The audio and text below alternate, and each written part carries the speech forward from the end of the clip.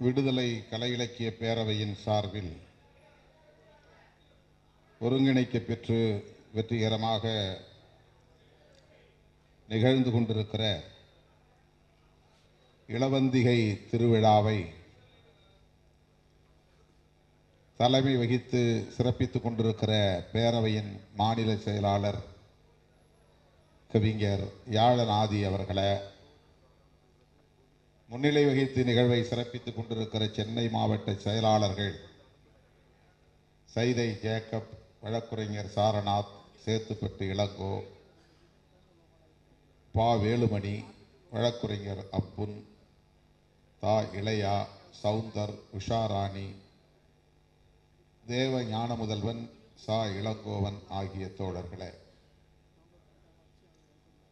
அனைவரையும் வரவேற்று உரையாற்றி சிறப்பித்திருக்கிற தென்சென்னை வடக்கு மாவட்ட செயலாளர் கரிகால் வளவன் அவர்களே, இந்நிகழ்வை சிறப்புற நெறியாளுகை செய்து கொண்டிருக்கிற பேரவையின் மாநில துணை செயலாளர் கவிஞர் வெண்ணிலவன் அவர்களே, கட்சியின் தலைமை நிலைய செயலாளர்கள் மாமன்ற உறுப்பினர் இளஞ்சேக்குவேரா அவர்களே, ஆ பாலசிங்கம் அவர்களே, தகடூர் மா தமிழ்ச்செல்வன் அவர்களே, வாழ்த்துறை வழங்கி அமர்ந்திருக்கிற கட்சியின் முதன்மை செயலாளர் ஏ.சி. பாவரசு அவர்களே, வாழ்த்துறை வழங்கி அமர்ந்திருக்கிற துணை பொதுச் செயலாளர் வன்னியரசு அவர்களே, மற்றும் விருது பெற்ற சான்றோரை வாழ்த்தி உரையாற்றி அமர்ந்திருக்கிற திரைப்பட இயக்குனர் தம்பி கோபி நயினார் அவர்களே, பேராசிரியர் கவிஞர் அரச முருகுபாண்டியன் அவர்களே, வழக்குரைஞர் ரஜினிகாந்த் அவர்களே, தம்பி கூகா பாவலன் அவர்களே, மாமன்ற உறுப்பினர் சா அம்பேத் வளவன் அவர்களே, பா யாழினி அவர்களே,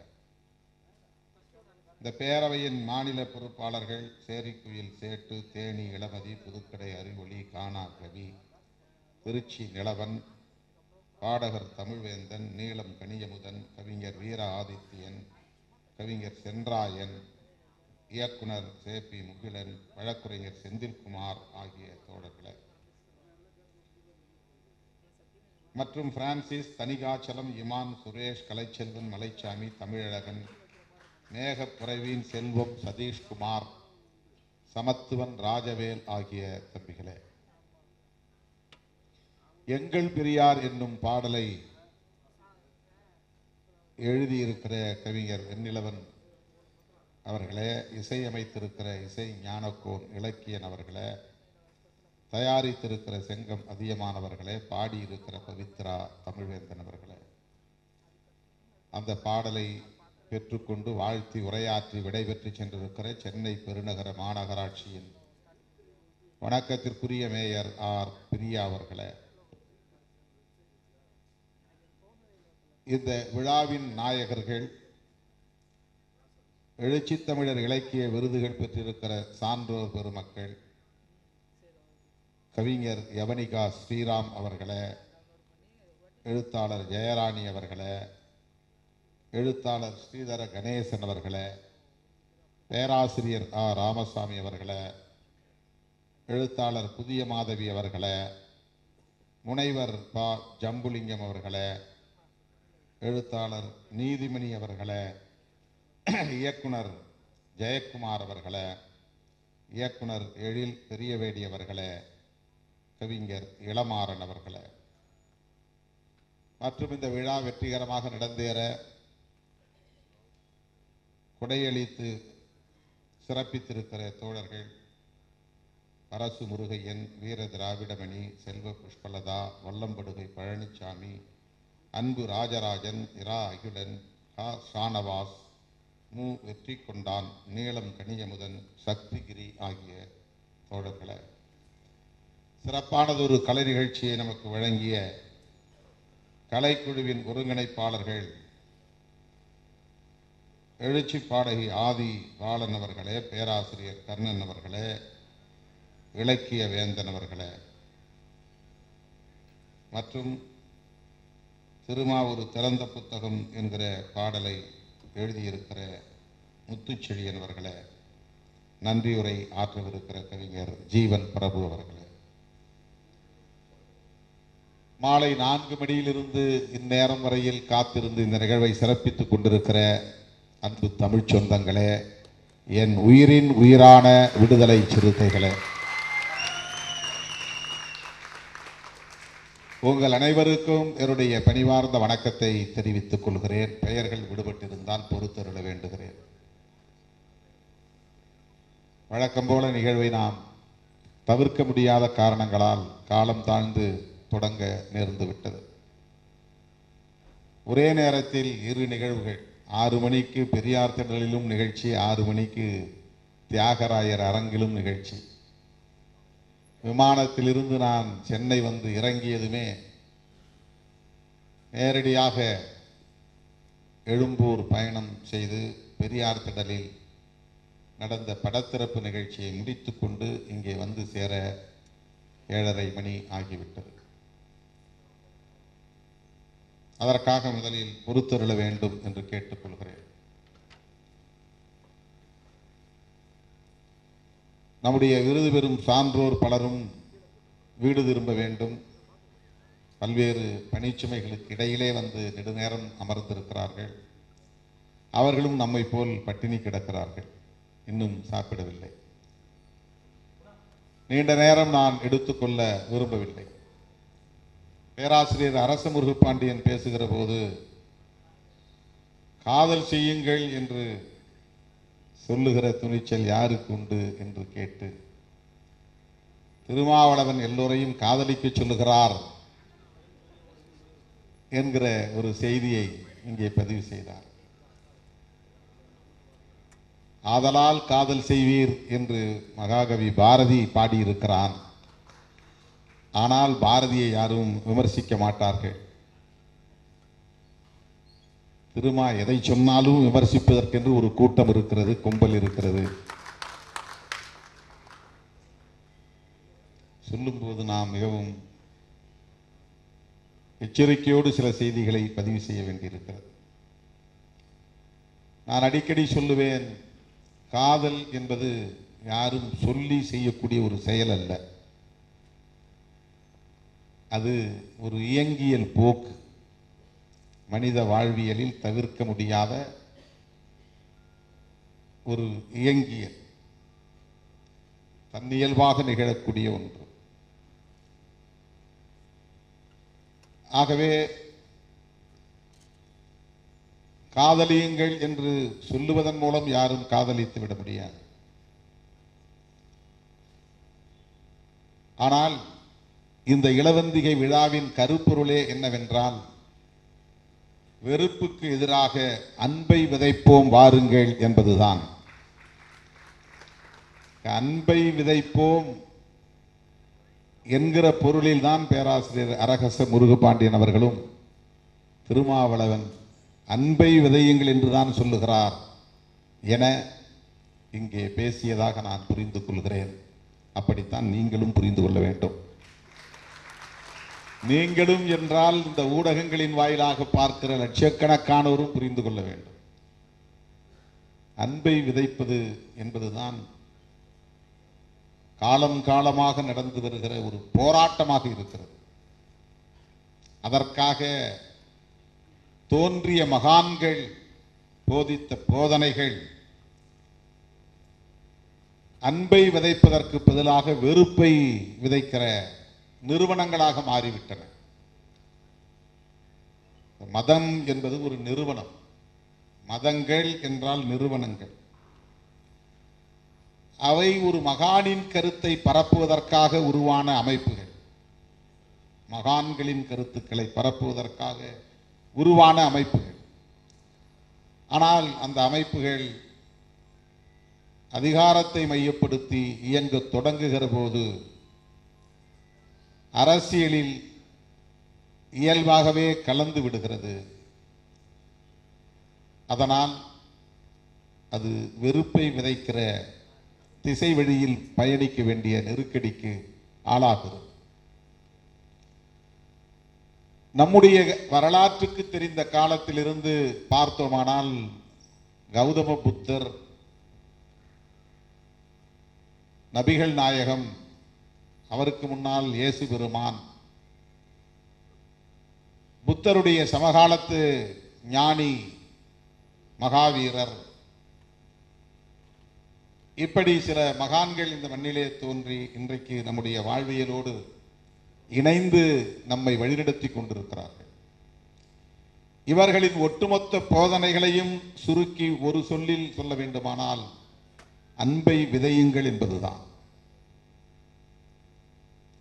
அன்பு செய்யுங்கள் என்பதுதான். அன்புக்கு ஆங்கிலத்திலே ஒரே சொல் லவ் என்பதுதான். அப்படித்தான் ஆங்கிலத்திலே இதை மொழிபெயர்த்து வைத்திருக்கிறார். ஆகவே மதங்களை போதித்த மகான்களின் அடிப்படை கருப்பொருள் என்பது, கருத்தியல் என்பது அன்பை விதைப்பதுதான். நான் ஏதோ ஒரு சமயத்தில் எழுதிய 2 வரிகளை இங்கே தோழர்கள் பயன்படுத்தி இருக்கிறார்கள். அன்பின் பெருக்கம் அருள், அன்பின் பேராழம் காதல் என்று இங்கே பதிவு செய்திருக்கிறார்கள். இதில் அன்பு என்கிற ஒரு சொல் இருக்கிறது, அருள் என்கிற ஒரு சொல், காதல் என்கிற ஒரு சொல். இந்த 3 சொற்களும் ஒன்றோடொன்று தொடர்புடையவை. அன்பு பன்மடங்காக பெருகுகிறது. அப்படி பன்மடங்காக பெறுகிறது என்றால் ஒரு நபர் மீது அல்ல, ஒரு குறிப்பிட்ட குழுவின் மீது அல்ல, சாதி மதம் என்கிற வரம்புகளை எல்லாம் கடந்து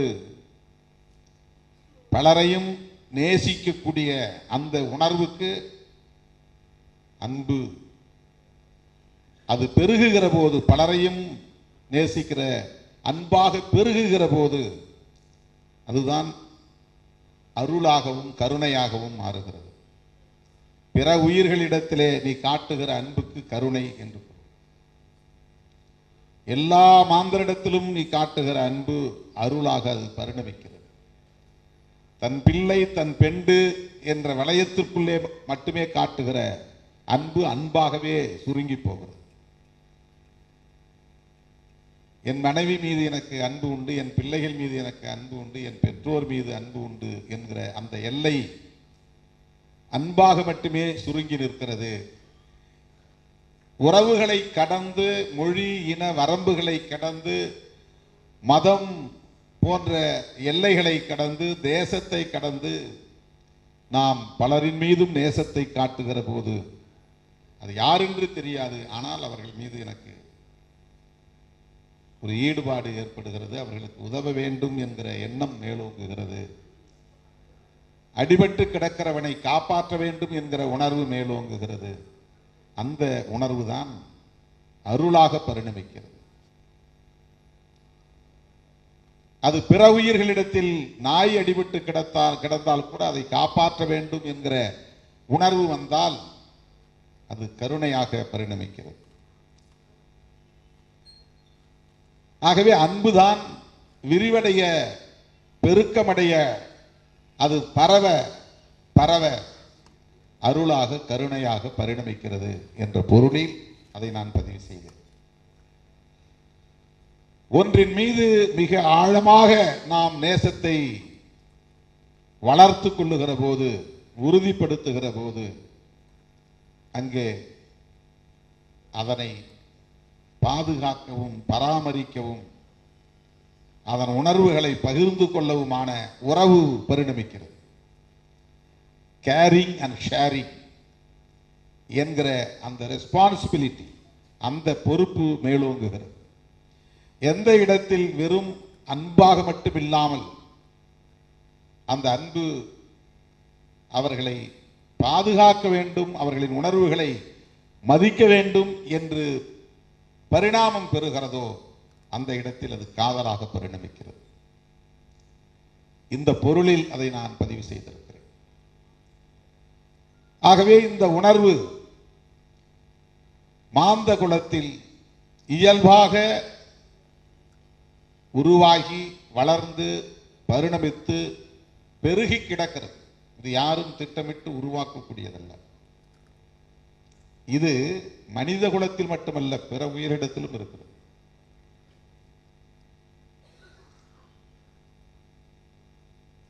குஞ்சுகளுக்கு தாய் பறவை எப்படி உணவு கொண்டு வந்து ஊட்டுகிறது என்பதை நாம் பார்க்கிறோம். கேரி, அது அன்பை கடந்தது.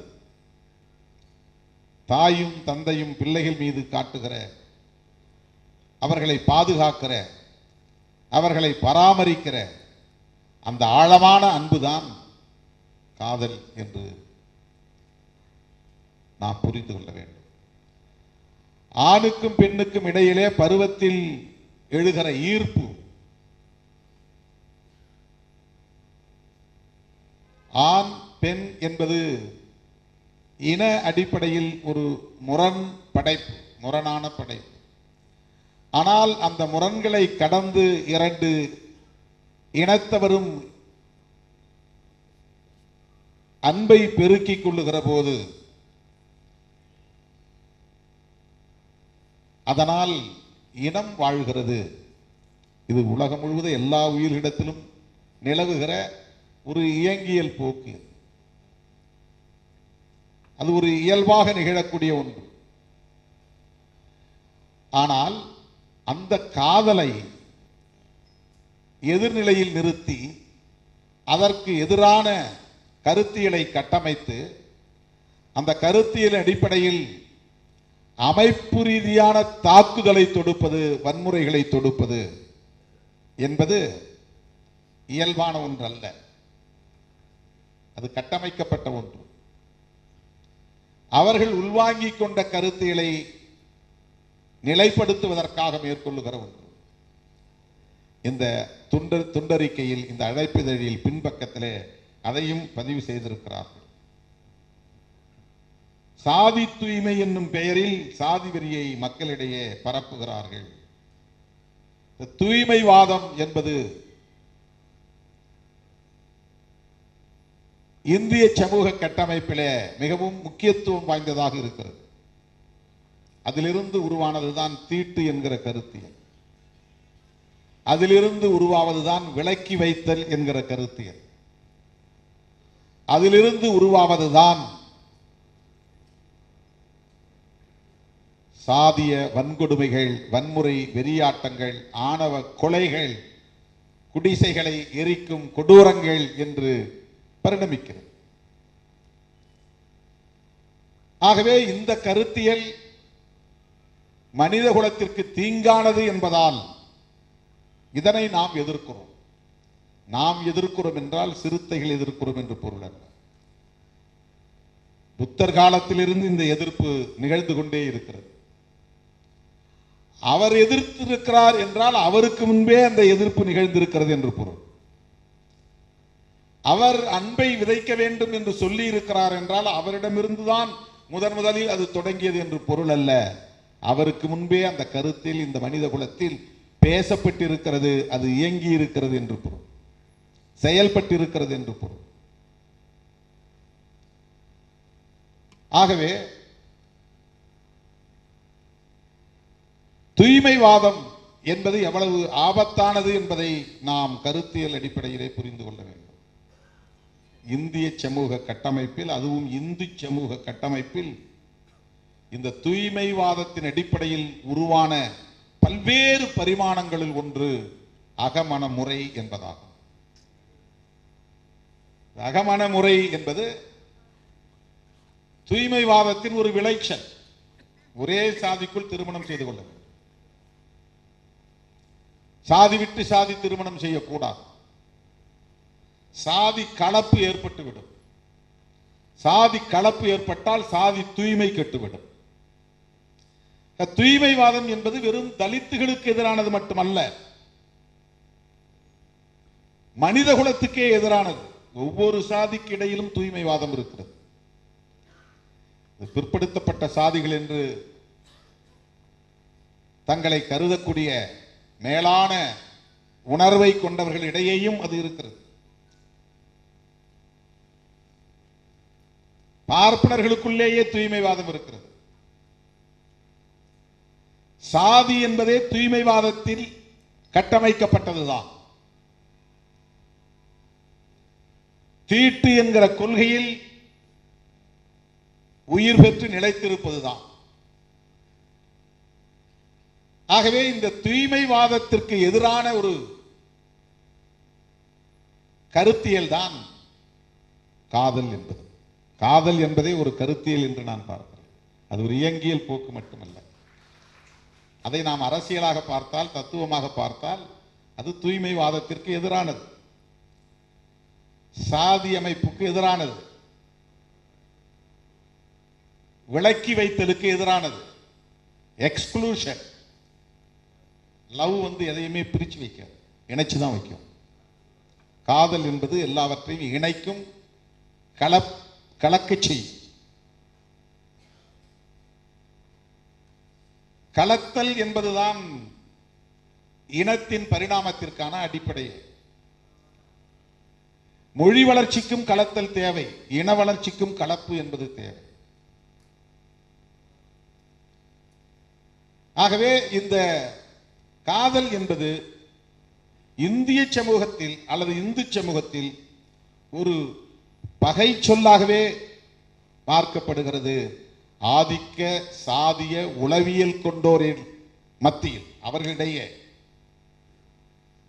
அதன் விளைவாக உருவானதுதான் உச்சபட்ச தண்டனையாக ஆணவ கொலைகள்.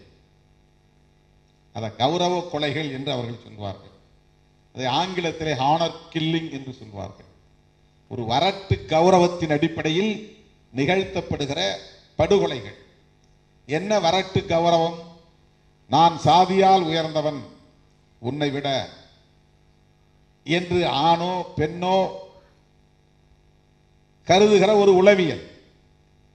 பிறப்பின் அடிப்படையில் உயர்ந்தவன் தாழ்ந்தவன் என்கிற அந்த கருத்தியல். பிறப்பின் அடிப்படையில் உயர்வு தாழ்வு என்பதுதான் சனாதனத்தின் பொருள். சனாதனம் என்பது சடங்கு சம்பிரதாயங்களை குறிக்கிற ஒன்றல்ல. சடங்கு சம்பிரதாயங்கள் மதத்தின் விளைச்சல்கள். மதம் என்ற அமைப்பு உருவாக்கி வைத்திருக்கிற ஒரு வழிமுறைகள். ஒரு அமைப்பு, நமக்கு விடுதலை சிறுத்தைகள் ஒரு கட்சி உருவாக்கிடுவோம். விடுதலை சிறுத்தைகள் கட்சியில ஒரு பொதுக்கூட்டத்தை எப்படி நடத்துவது அப்படின்னு நாம் ஒரு வரைமுறையை பின்பற்றுவோம். ஒரு பொதுக்கூட்டத்தை நடத்துவது, பேரணியை நடத்துவது, அல்லது கட்சியிலே அமைப்பிலே சேருவது எப்படி என்று சில விதிமுறைகளை, வரைமுறைகளை நாமே உருவாக்கி கொள்கிறோம்.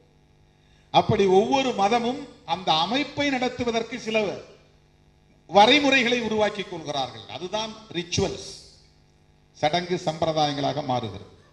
சடங்கு சம்பிரதாயங்கள் மதத்தின் அடிப்படை கோட்பாடு அல்ல. சடங்கு சம்பிரதாயங்கள் அந்த மதம் என்கிற அமைப்புக்கான வரையறைகள், அவ்வளவுதான். இந்துல ஒருவர் இறந்து போனா அவரை கொளுத்தணும் அல்லது புதைக்கணும், இது மதம் சொல்லல. அதாவது அந்த ஆன்மீகம் சொல்லல. ஆன்மீகம் என்கிற பொதுவான கருத்தியல் அதை சொல்லவில்லை. கௌதம புத்தருடைய போதனைகள் அதை சொல்லவில்லை. அது மதமாக ஒரு நிறுவனமாக மாறுகிற போது அந்த நிறுவனம் இதையெல்லாம் பின்பற்றுகிறது. நாமெல்லாம் இப்படிதான் பின்பற்றணும், நாம் இப்படிதான் இந்த வழிமுறையை பின்பற்றணும். பௌத்தம் என்பது கருத்தியல். அதை நடைமுறைப்படுத்துவதற்கு பல அமைப்புகள் உருவாகும். அந்த அமைப்புகள் ஒவ்வொன்றும் தன்னுடைய அடையாளத்தை உயர்த்தி பிடிக்கும். ஒன்று தன்னை மகாயானம் என்கிறது, இன்னொன்று ஹீனயானம் என்கிறது, இன்னொன்று ஜென் புத்திசம் என்கிறது. இப்படி ஒவ்வொன்றும் ஒவ்வொரு அடையாளத்தை உயர்த்தி பிடிக்கிறது. இந்த நிறுவனங்கள் தனித்தனியே சில வரையறைகளை உருவாக்கும். அந்த வரையறைகள் தான் சடங்குகள் சம்பிரதாயங்கள் என்று மாறுகின்றன. இங்க சைவ கோயிலுக்கு போனா திருநீர் பூசணும், இது ஒரு வரைமுறை, இது ஒரு ப்ரொசீஜர். சைவத்தின் அடிப்படை கருத்தியலில் திருநீர் பூச வேண்டும் என்று இல்லை. அம்மன் கோவிலுக்கு போனால் குங்குமம் இட வேண்டும் என்பது ஒரு வரைமுறை. இப்படித்தான் விழுந்து கும்பிட வேண்டும் என்பது அந்த குரு சொல்லி தந்த ஒரு வரைமுறை. இதெல்லாம் சடங்கு சம்பிரதாயம். ஆனால் அடிப்படையான கருத்தியல் என்பது என்ன? உலகத்தில் தோன்றிய எல்லா மதங்களுமே அல்லது மதத்தின் படைப்பாளர்கள், அதை உருவாக்கியவர்கள், அந்த மகான்கள், அந்த ஞானிகள் ஒரே கருத்தை தான் சொல்லியிருக்கிறார், ஒற்றை கருத்தை தான் சொல்லியிருக்கிறார். வெறுப்பு வேண்டாம், அன்பை பெருக்குவோம் என்பதுதான். அதுதான் அடிப்படையானது. அன்பை பெருக்குவதற்கு உயிர்களிடத்தில் இயல்பாக உருவாகி இருக்கிற ஒரு உணர்வுதான் காதல். அதை எப்படி நாம் கையாளுகிறோம் என்பது மனித குலத்தின் வளர்ச்சியில் நிகழ்கிற நாகரிகம். அந்த நாகரிகத்தின் அடையாளம் தான் இளவந்திகை திருவிழா. அதை எப்படி கொண்டாடுவது என்கிற ஒரு நடைமுறையை தீர்மானிக்கிறார். அதை எப்படி போற்றுவது என்று ஒரு நடைமுறையை வரையறுக்கிறார். காதல் உயர்வானது, காதல் புனிதமானது. அந்த காதலை எப்படி போற்றுதல் வேண்டும், எப்படி அதை மதிக்க வேண்டும், எப்படி அதை உணர்ந்து கொள்ள வேண்டும், எப்படி அதை நடத்த வேண்டும், அது எவ்வளவு நாகரிகமானதாக பரிணமிக்க வேண்டும், அப்படி பரிணமிப்பதற்கு நாம் எப்படி அதற்கு வழிகாட்டுதல் வேண்டும். அந்த வழிகாட்டுதலில் ஒன்றுதான் இளவந்திகை என்கிற விழா முறை என்பதை நம்முடைய இலக்கியம் கூறுகிறது. இலக்கியம் இலக்கியமாகவே இருக்க வேண்டும் என்று நாம் விரும்புவோம். இலக்கியம் இலக்கியமாகவே இருக்க வேண்டும் என்று எண்ணுவதும் கூட ஒரு அரசியல் தான். பண்பாட்டு தலங்களில் அரசியல் கலக்கக்கூடாது என்று நாம் சொல்லுவோம். பண்பாட்டு தலங்களில் அரசியல் கலக்கக்கூடாது அல்லது கலக்கலாம் என்கிற அளவுக்கான ஒரு உரையாடலை தருவது, உருவாக்குவது, அது அரசியல். எல்லாவற்றிலும் அரசியல் என்பது இணைந்தே இருக்கும், இயைந்தே இருக்கும். குடும்ப வாழ்விலும் சரி, ஒரு சமூக கட்டமைப்பிலும் சரி, அது பண்பாட்டு தலமாக இருந்தாலும் சரி, அனைத்திலும் அரசியல் என்பது இணைந்தே இருக்கும், இயைந்தே இருக்கும். அரசியல் என்பதை கட்சியோடு பொருத்தி பார்க்கக்கூடாது. அரசியல் என்பது சமூகத்தோடு, மனித குலத்தோடு பொருத்தி பார்ப்பது. அதை எப்படி கையாளுவது என்பதற்காக உருவாக்குகிற அமைப்பு விடுதலை சிறுத்தைகள் கட்சி. அது ஒரு பார்ட்டி. திமுக என்பது ஒரு கட்சி, பாஜக என்பது ஒரு கட்சி. இவற்றை பற்றி பேசுவது அரசியல் அல்ல, இது கட்சி அரசியல், பார்ட்டி பாலிடிக்ஸ்.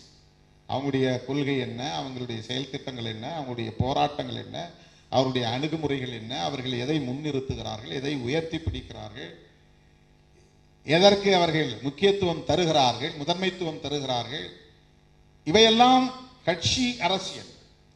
ஆனால் மனித குலத்தின் பண்பாடு இப்படி இந்த திசை வழியில் பயணிக்க வேண்டும் என்று தீர்மானிப்பது மனித குலத்தின் இயல்பான போக்குகளில் ஒன்றாகவும் இருக்கிறது. அது கட்சி அரசியலாக மட்டுமில்லை. கட்சி அரசியல் எல்லாம் தோன்றாத காலத்திலே மனித குலத்தில் இந்த போக்குகள் நீடித்திருக்கின்றன. திருமணம் எப்படி செய்து கொள்வது என்பதை எந்த கட்சியும் அவர்களுக்கு வரையறுத்து தரவில்லை, அல்லது அரசும் வரையறுத்து தரவில்லை. அதற்கு முன்னதாகவே அவர்களே அதை உருவாக்கி கொள்கிறார்கள். ஏன் 2 பேரும் சேர்ந்து வாழ்வோம் அப்படின்னு முடிவு பண்றது கூட ஒரு அரசியல் தான். 4 பேரை கூட்டி வச்சு எல்லாரையும் சாட்சியா வச்சு சேர்ந்து வாழ்வோம் அப்படிங்கிறது ஒரு அரசியல் தான். இப்படி வாழ்ந்தா போதாது, ஒரு அடையாளம் வேணும், கழுத்துல ஒரு மஞ்சள் கயிறை கட்டு அப்படின்னு மக்களே முடிவு பண்ணியிருப்பாங்க. இது ஒரு கட்சி முடிவு பண்ணியிருக்காரு, ஒரு அரசாங்கம் முடிவு பண்ணியிருக்காரு, ஒரு தலைவர் முடிவு பண்ணியிருக்க மாட்டார், ஒரு மன்னன் முடிவு பண்ணியிருக்க மாட்டார், இது சமூகமே முடிவு பண்ணியிருக்கும். ஏன் தாலியை கட்டணும், ஒரு மஞ்சள் கயிறை கட்டணும்? இதற்கான விடை தேடுகிற போது நமக்கு அது ஒரு அரசியல் என்பதை புரிந்து கொள்ள முடியும். அதுதான் அரசியல். இதை வைத்து தங்களுடைய கருத்தின் அடிப்படையிலே காய்களை நகர்த்துவது கட்சி அரசியல். காதலை நாடக காதல் என்று சொல்லுவது அரசியல், கட்சி அரசியல், நாடக அரசியல். இவ்வாறான சூழலில் இளவந்திகை போன்ற திருவிழாக்களை நாம் நடத்துவது, நீங்கள் டிஷர்ட் போட்டுக் கொள்ளுங்கள், கூலிங் கிளாஸ் அணிந்து கொள்ளுங்கள், ஜீன்ஸ் பேண்ட் போட்டுக் கொள்ளுங்கள் என்று பரப்புகிற அவதூறுகளை போன்றது அல்ல. அது எவ்வளவு அயோக்கியத்தனமான ஒரு விமர்சனம். அது பெற்ற பிள்ளைகளையே கொச்சைப்படுத்துகிற ஒரு விமர்சனம். அது ஒருத்தன் டிஷர்ட் போட்டு வந்து நின்னானா உடனே பெண் பிள்ளைகள் அவனை பார்த்து பின்னால் போய்விடும் என்பதை போன்ற ஒரு தோற்றத்தை உருவாக்குகிறார். எல்லாம் ஜீன்ஸ் போட்டு வந்து நிற்கிறான், டிஷர்ட் போட்டு நிற்கிறான், கூலிங் கிளாஸ் போட்டு நிற்கிறான் அப்படின்னு நின்றுட்டா பிள்ளைங்க போயிடுவாங்களா?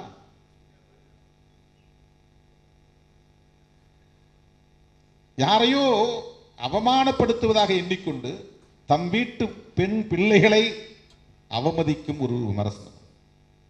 அதுதான் அரசியல், அதுதான் நாடக அரசியல். இதைத்தான் நாம் சுட்டி காட்டுகிறோம். இப்படி சுட்டி காட்டுவதனால் நம் மீது அவர்களுக்கு எரிச்சல் வருகிறது. தமிழகத்தில் எத்தனையோ காதல் திருமணங்கள் நடந்திருக்கின்றன.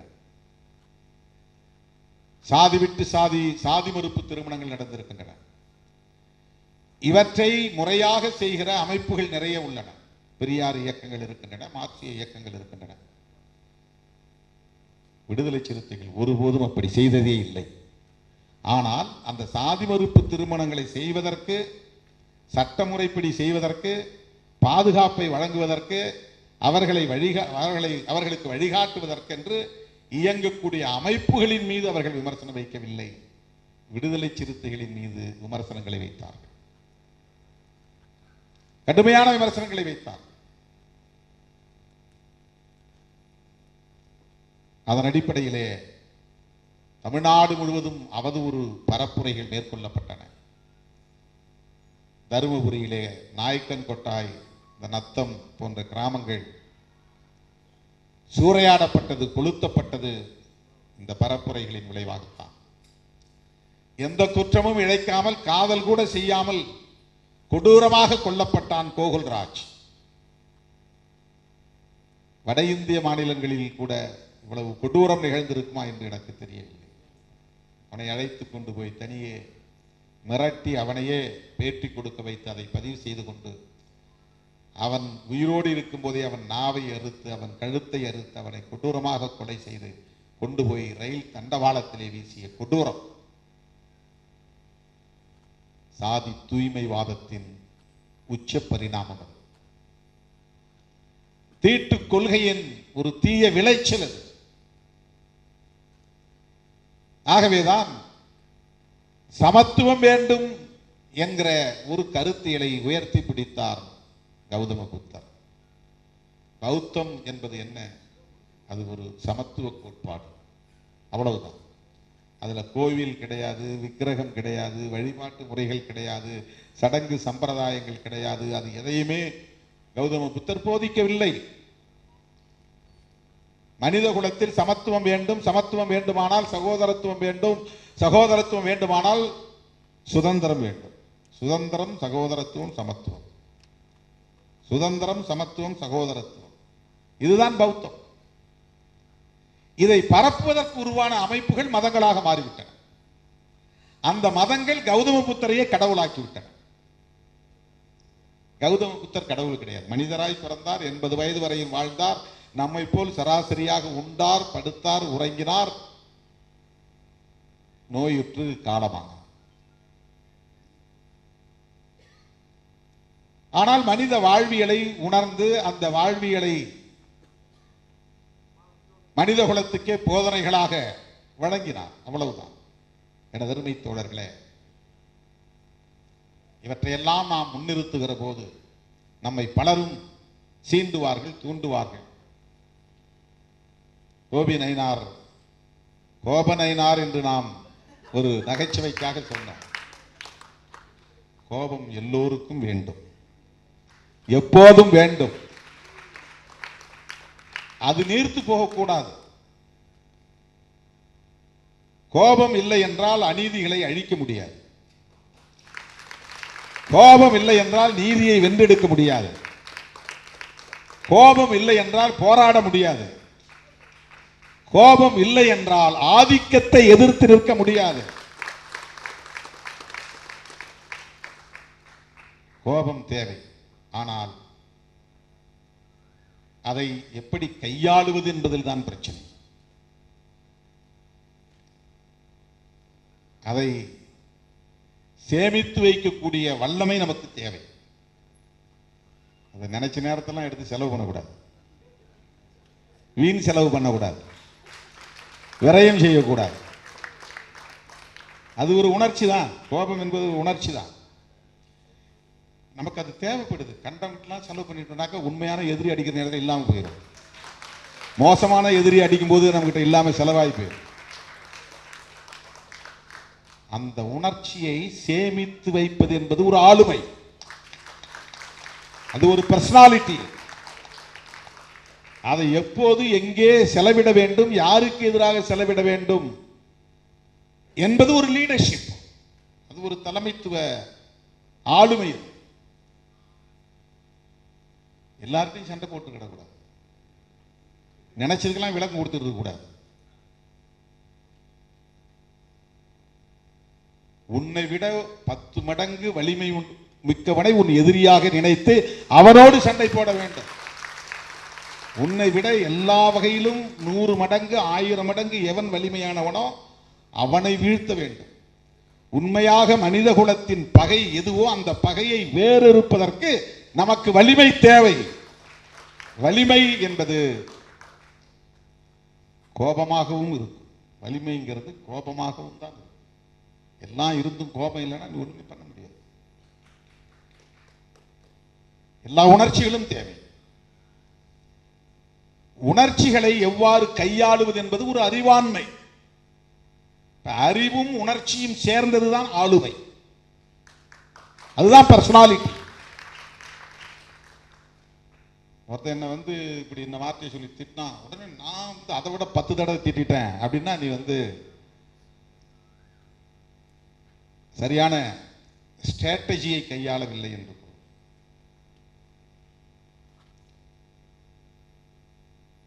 பொது வாழ்விலே முக்கியமாக அரசியல் களத்திலே நம்முடைய உணர்ச்சிகளை எல்லாம் நீர்த்து போக விடாமல் பாதுகாக்க வேண்டும், அடைகாக்க வேண்டும்.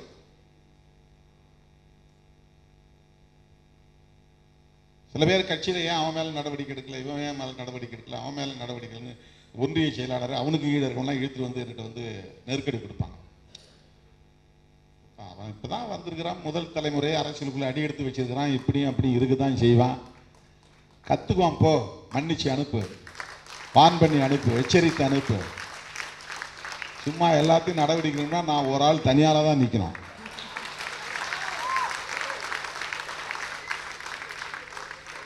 நான் உணர்ச்சியை உடனே கோபத்தை காட்டி யார் பார் நான் தலைவர், என் கீழதான் நீ அப்படின்னு நான் பொதுச் செயலாளரை நீக்கிறேன், துணை பொதுச் செயலாளரை நீக்கிறேன் அப்படின்னு எல்லாரையும் நீக்கிறதுக்கு நிறைய கிரவுண்ட்ஸ் இருக்குது. யார் மேலேயும் நடவடிக்கை எடுக்கலாம். ஒவ்வொரு மேலும் நடவடிக்கை எடுக்கிறதுக்கு நிறைய கிரவுண்ட்ஸ் இருக்கு, ஆதாரங்கள் இருக்கு. இவர் மேல நடவடிக்கை எடுக்கணுமா இப்பவே நாங்கள் நடவடிக்கை எடுக்கணும், அவர் மேல நடவடிக்கை எடுக்கணுமா அதுக்கு நிறைய ஆதாரங்கள் இருக்கு. ஆனால் எல்லாவற்றையும் நான் பொறுத்துக் கொள்கிறேன். இவ்வளவு பேரையும் சேர்த்து அழைச்சி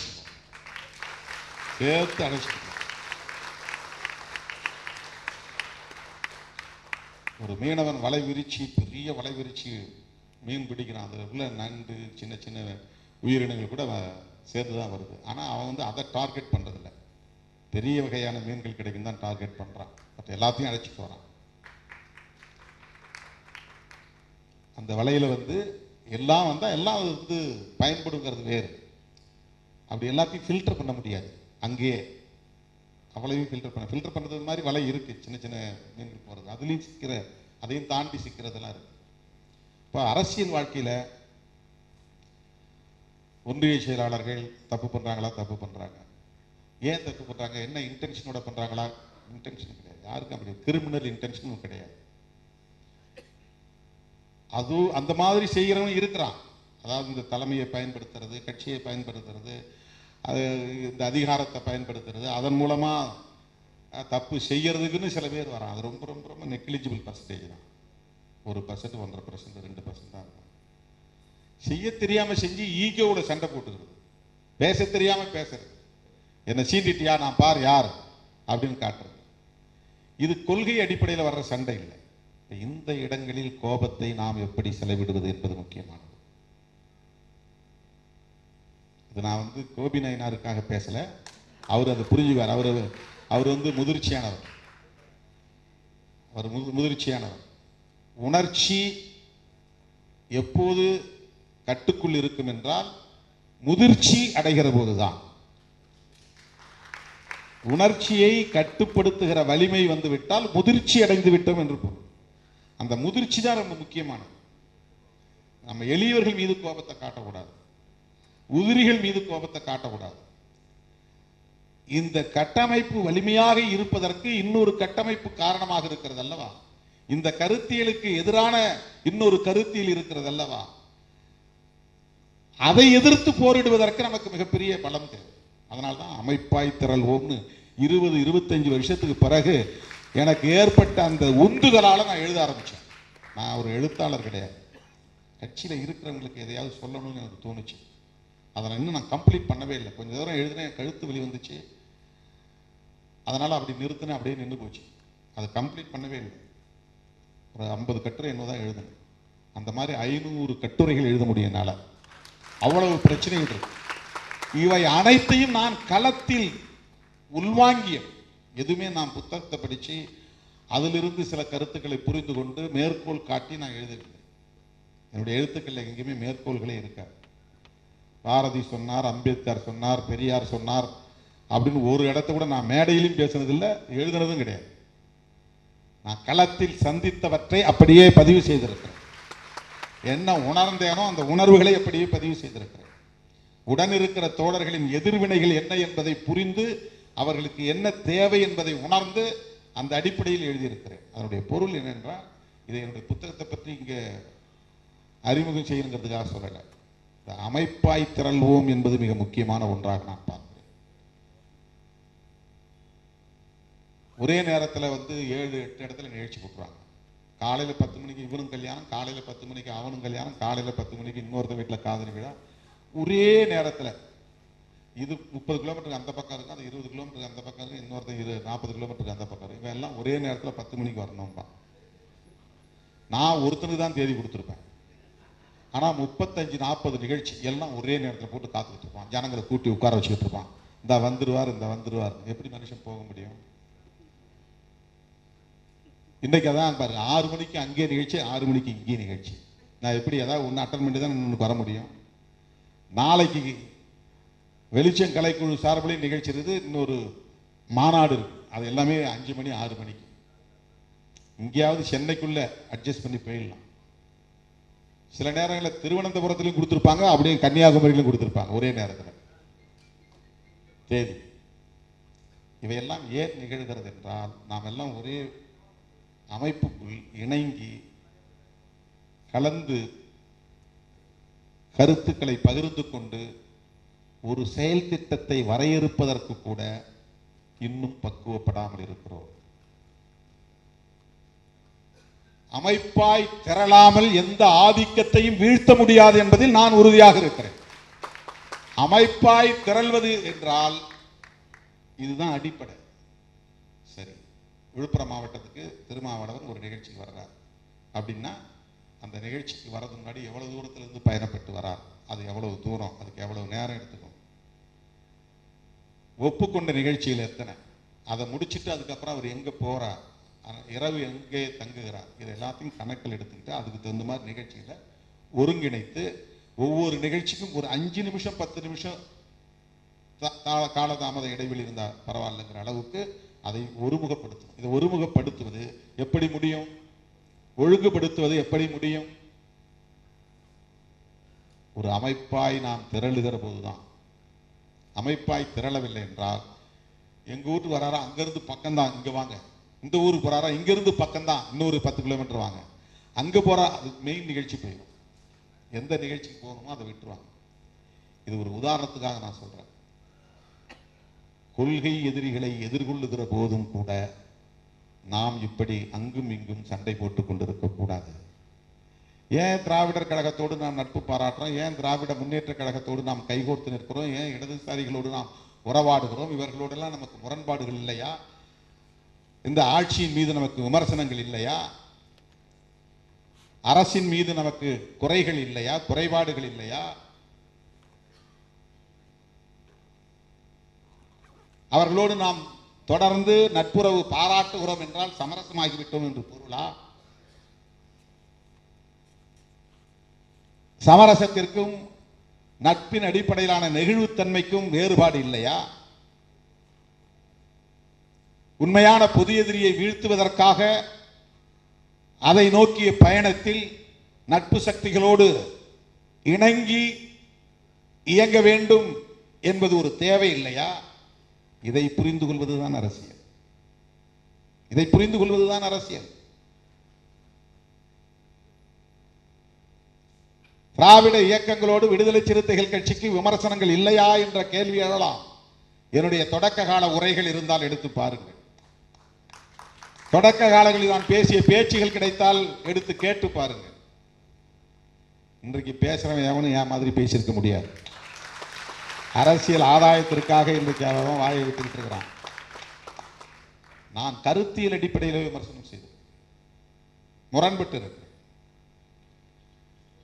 பனகல் பூங்கா அருகே நான் ஒரு உண்ணாநிலை அறப்போராட்டத்தில் பேசியதை கேட்டுவிட்டு கலைஞர் முரசொலியிலே என்னை புதிய மகாத்மா என்ற பெயரிலே விமர்சித்து ஒரு கட்டுரை எழுதியிருக்கேன்.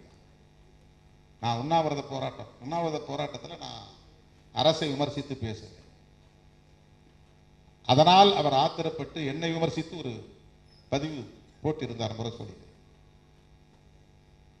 விமர்சிக்காமல் இல்லை, இன்றைக்கும் இந்த விமர்சனங்கள் இருக்கின்றன. காங்கிரஸோடு நமக்கு முரண்பாடு இல்லையா? காங்கிரசின் மீது நமக்கு விமர்சனங்கள் இல்லையா? ஏன் அகில இந்திய அளவிலே காங்கிரஸோடு இன்றைக்கு கைகோர்த்து நிற்க வேண்டிய தேவை எழுந்துள்ளது? அப்படி காங்கிரஸோடு கைகோர்த்து விட்டோம் என்றால் சமரசமாகி விட்டோம் என்று பொருளா? காங்கிரஸ் மீது நமக்கு இருந்த விமர்சனங்கள் எல்லாம் நீர்த்து போய்விட்டன என்று பொருளா? இல்லை. தேசிய அளவில் இன்றைக்கு அனைத்து மக்களுக்குமான ஒரு பொது பகை கோலோச்சுகிறது. அவற்றை அந்த பகையை அம்பலப்படுத்த வேண்டியதும் அந்த பகையை வீழ்த்த வேண்டியதும் முதன்மை முரண்பாடாக வந்து நிற்கிறது. எண்ணற்ற முரண்பாடுகள் இருக்கலாம். அதில் எது பிரைமரி, எது முதன்மை முரண்பாடு, அதை முன்னிறுத்துவதில் தான் பிரச்சனைகள். நமக்கிடையிலே முரண்பாடு. திராவிடர் கழகத்தில் எவனோ ஒருத்தன் சமூக வலைத்தளத்தில் எழுதுறான்னா அதுக்காக ஐயா ஆசிரியர் வீரமணி அவர்கள் கொடுத்த விருதை திருப்பி தரக்கூடாது. கோபி நயனார் அப்படி சொன்னதை திரும்ப பெற்றுக்கொள்ள வேண்டும். அது திராவிடர் கழகம் செய்திருக்கிற சிறப்பு. அது உங்களுடைய உழைப்புக்கு தந்திருக்கிற மரியாதை. அது வேற நேரத்தில் தரப்பட்ட ஒன்று, வேற பொருளில் தரப்பட்ட ஒன்று, வேறு பரிமாணத்தில் வழங்கப்பட்ட ஒன்று. எவனோ இன்னைக்கு எழுதுறாங்கிறதுக்காக அதுக்காகலாம் வந்து திமுகவில் இருக்கிறவன் நம்மளை விமர்சிக்காமல் இருக்கிறானா? இன்னைக்கு நான் இப்போ பேசிக்கிட்டே இருப்பேன், கீழே எவனா எழுதிட்டு இருப்பான். அவனை வேணா எழுதும். அது அவனுக்கு அவனுடைய பிறப்பு அடிப்படையில் அவனுக்கு ஊட்டப்பட்டு இருக்கிற காழ்ப்பு.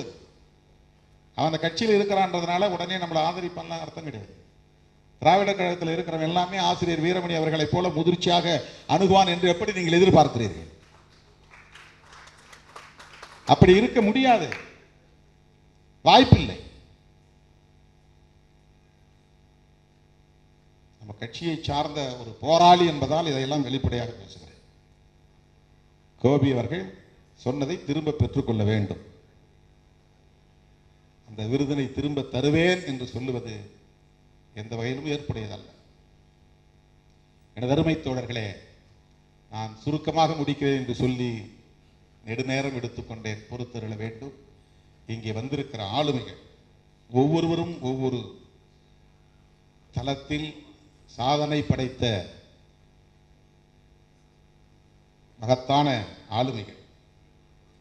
சிறந்த கவிதை நூல், அதற்காக கவிஞர் யவனிகா ஸ்ரீராம்.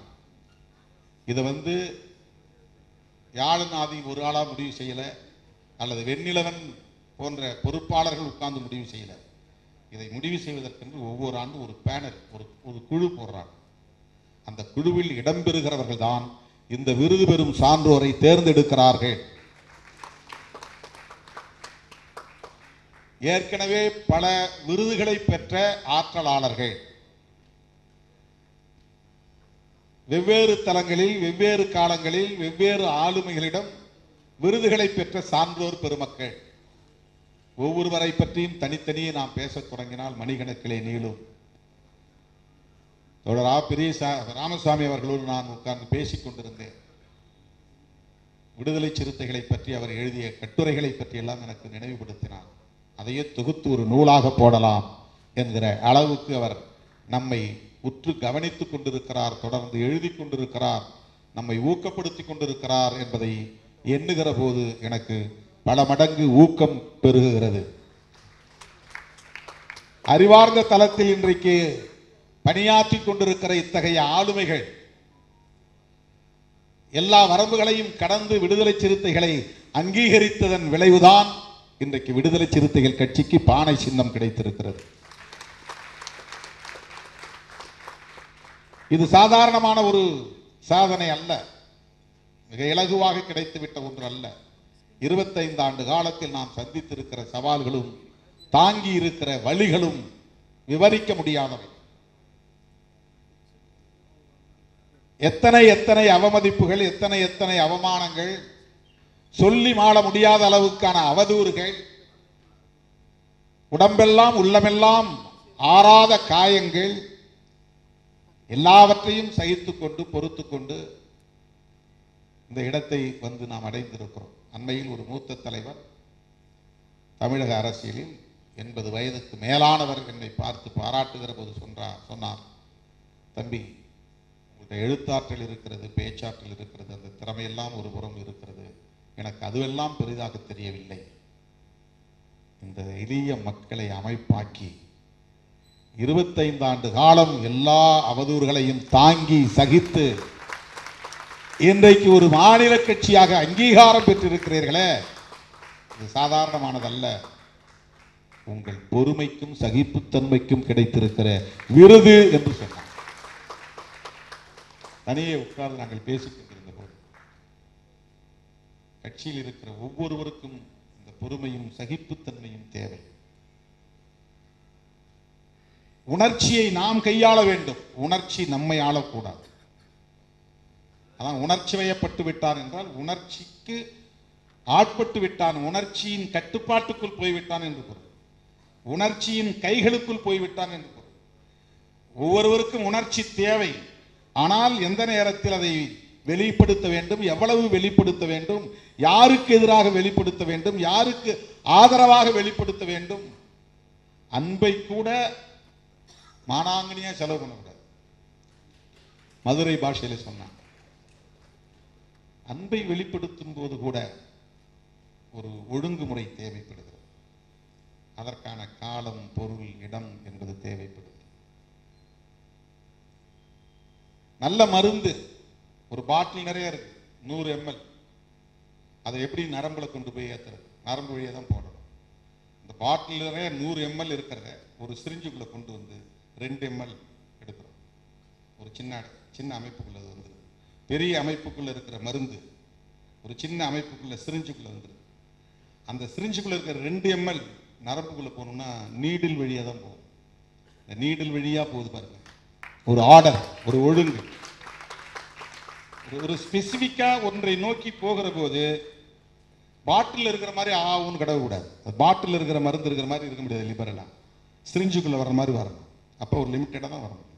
சிரிஞ்சுக்குள்ள இருக்கிற அந்த மருந்து நீடில் வழியா போகும்போது எவ்வளவு மயிரிழையில் போகிறது, அந்த மயிரிழையில் போனால்தான் நரம்புக்குள்ளே நுழைய முடியும். அதான் ஃபோக்கஸ். ஒரு குறிப்பான ஒரு இலக்கின் மீது ஒன்றை நிகழ்த்துகிற போது இப்படித்தான் ஒழுங்குபடுத்தி செல்ல வேண்டிய தேவை இருக்கிறது. இந்த ஒழுங்கு தான் டிசிப்ளின் என்பதை விட ஆர்டர் என்பது இந்த இடத்திலே புரிந்து கொள்ள வேண்டிய ஒழுங்குமுறை. அதுதான் அமைப்பு தேவை. பாட்டில் என்பது ஒரு அமைப்பு, சிரிஞ்சி என்பது ஒரு அமைப்பு, நீடில் என்பது ஒரு அமைப்பு. அது இருந்ததால் தான் அந்த மருந்தை நம் நரம்பு வழியை அனுப்ப முடிந்தது, நோயை குணப்படுத்த முடியும். அதை போல பாட்டில் இருக்கிற ஆத்திரம், கோபம் சிரிஞ்சுக்குள்ளே வருகிற போது ஒரு கட்டுக்குள்ளே இருக்க வேண்டும். கட்டுக்குள்ளே இருக்கிற அந்த கோபம் நீடில் வழியே போக வேண்டும். அதுதான் மிக முக்கியமானது. அரசியலில் இவையெல்லாம் நாம் அறிந்து கொள்வது ஒவ்வொரு பண்பாட்டு தளத்திலும் சமூக தளத்திலும் கற்றுக்கொள்வதன் மூலம்தான் அது முடியும். அவற்றை கற்றுக்கொண்டு அதிலே தேர்ச்சி பெற்றவர்கள் இங்கே சான்றோர்களாக, சான்றோர் என்றால் எடுத்துக்காட்டானவர்கள். சான்றுன்னா என்ன? எடுத்துக்காட்டுன்னு அர்த்தம். சான்றோர்னா எடுத்துக்காட்டானவர்கள். சிறுகதை எழுதுவதில் இவர் சான்று, சான்றோர். ஒரு ஆப்ஜெக்ட் அதை சான்றுன்னு சொல்றோம், எவிடன்ஸ் சொல்றோம். அது மனிதனா இருந்தா சான்றோர் சொல்றோம், அவ்வளவுதான். அப்போ சிறுகதை எழுதுவது, திரைப்படம் இயக்குவது, கதை சொல்லுவது, நாவல் புதினம் எழுதுவது, கட்டுரைகள் எழுதுவது, விமர்சனங்களை முன்வைப்பது, கருத்தியல் சார்பிலே விவாதிப்பது, இதில் தேர்ச்சி பெற்றவர்கள். இந்த அறிவார்ந்த தளத்தில் இருக்கிற இப்படிப்பட்ட ஆளுமைகளின் துணையோடு தான் நாம் இதையும் சாதிக்க முடியும் என்கிற புரிதலோடு இன்றைக்கு விடைபெறுவோம். அனைவருக்கும், விருது பெற்ற சான்றோர் அனைவருக்கும் என்னுடைய மனமார்ந்த வாழ்த்துக்கள். இந்த ஒருங்கிணைப்பை வெற்றிகரமாக செய்து முடித்திருக்கிற யாழன் ஆதி உள்ளிட்ட அனைவருக்கும் என்னுடைய பாராட்டுகள். நன்றி, வணக்கம்.